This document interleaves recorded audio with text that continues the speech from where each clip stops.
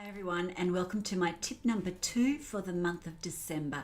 And we're talking about how to take advantage of this time of year in the natural flow of completion, and specifically about using that time to bring your team together to reflect on the year and also to get excited about the year ahead. So my second tip in all of that is to spend time closing the loops. And by that I mean talking about and reminiscing about reflections and endings. So no doubt in our organisations, because it is for me, the whole year hasn't always been rainbows and lollipops and unicorns and happy times, and successes and achievements. No doubt mixed in there are some challenges, are some mishaps, are some failures, some endings, some loss. All those things make up the year that was. So spending the time reflecting on those helps your team to get closure. It helps your team to reflect on those projects that are coming to an end or have come to an end, on programs that are no longer viable or no longer being run, or on an end to funding that has resulted in a change to your organisation, or people leaving and where there may be a sense of great loss as well. It helps people to get closure on those things.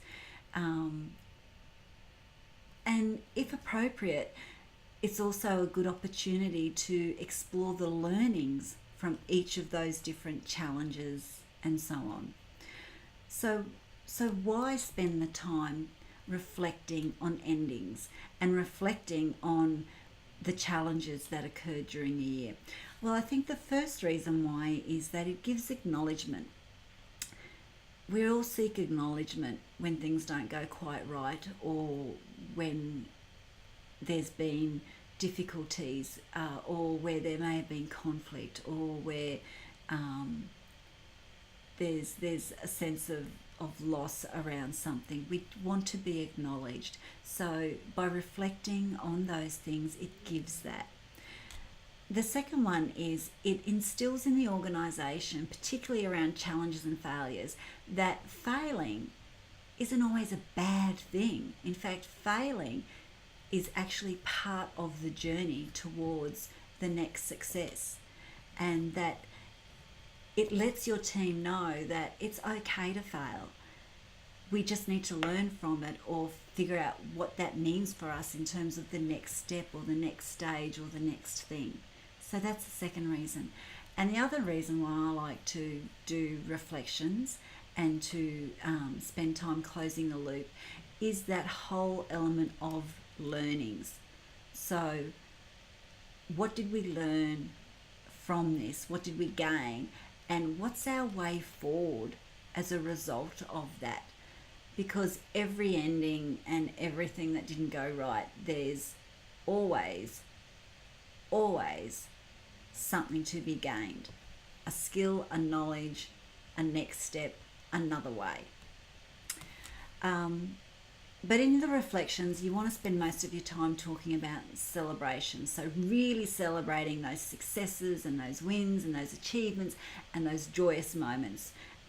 Really spending some good time there. And the reason why celebrating is so important is because it unifies us. It reminds us of our common goal. It reminds us of our purpose and why we're there.